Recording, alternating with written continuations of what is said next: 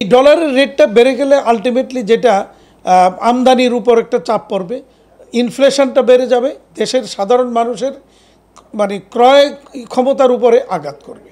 এবং এইটা আসলে আমাদেরকে এই চ্যালেঞ্জ কীভাবে মোকাবেলা করবে সেটা নিয়ে বাংলাদেশ ব্যাংক সহ সরকারকে ভাবতে হবে। আমরা প্রথমেই বাংলাদেশ ব্যাংকের এই সিদ্ধান্তকে স্বাগত জানাচ্ছি এবং অ্যাপ্রিসিয়েট করছি। তবে এইটার বেনিফিট যদি আমাদেরকে পেতে হয় তাহলে অবশ্যই বাংলাদেশ ব্যাংকে একটা জায়গায় আমাদেরকে এনশিওর করতে হবে যে ডলারের বাইং এবং সেলিং রেট ডিফারেন্স কোনো অবস্থাতেই 1 টাকার বেশি করা যাবে না। যদি এই ডিফারেন্সটা এখন আমি 17 টাকা পাচ্ছি, আবার আমার কিনতে গিয়ে যদি 30 টাকা দিতে হয়, 25 টাকা দিতে হয়, তাহলে আসলে আমাদের কোনো আর বেনিফিটটা খুব একটা হবে না।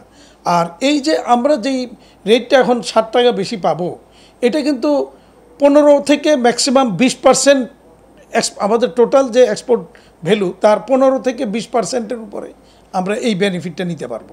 বাকিটা তো আসলে আমাদেরকে ব্যাক টু ব্যাকের দায় পরিশোধ করতে হয় বা ডলার টু ডলার চলে যায়। অনেক ক্ষেত্রে আবার ডলার কেনা বেচায় গিয়ে আমাদের লস হয়। তো এটা হলো একটা দিক। আর দ্বিতীয় দিক হচ্ছে যে এই ডলারের রেটটা হয়তো বা আরও বাড়বে।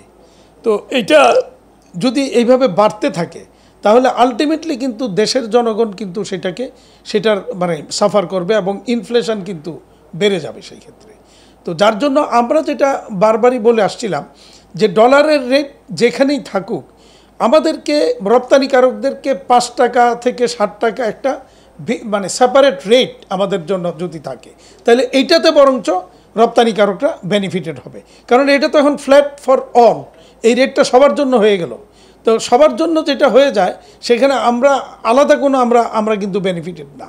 সে যদি আমাদের আলাদা বেনিফিট যদি দিতে হয় তাহলে সেখানে আমাদেরকে সেপারেট একটা রেট দিয়ে 5-7 টাকা বেশি দিয়ে সেটা দিলে রপ্তানিকারকরা আলাদা বেনিফিট পাবে।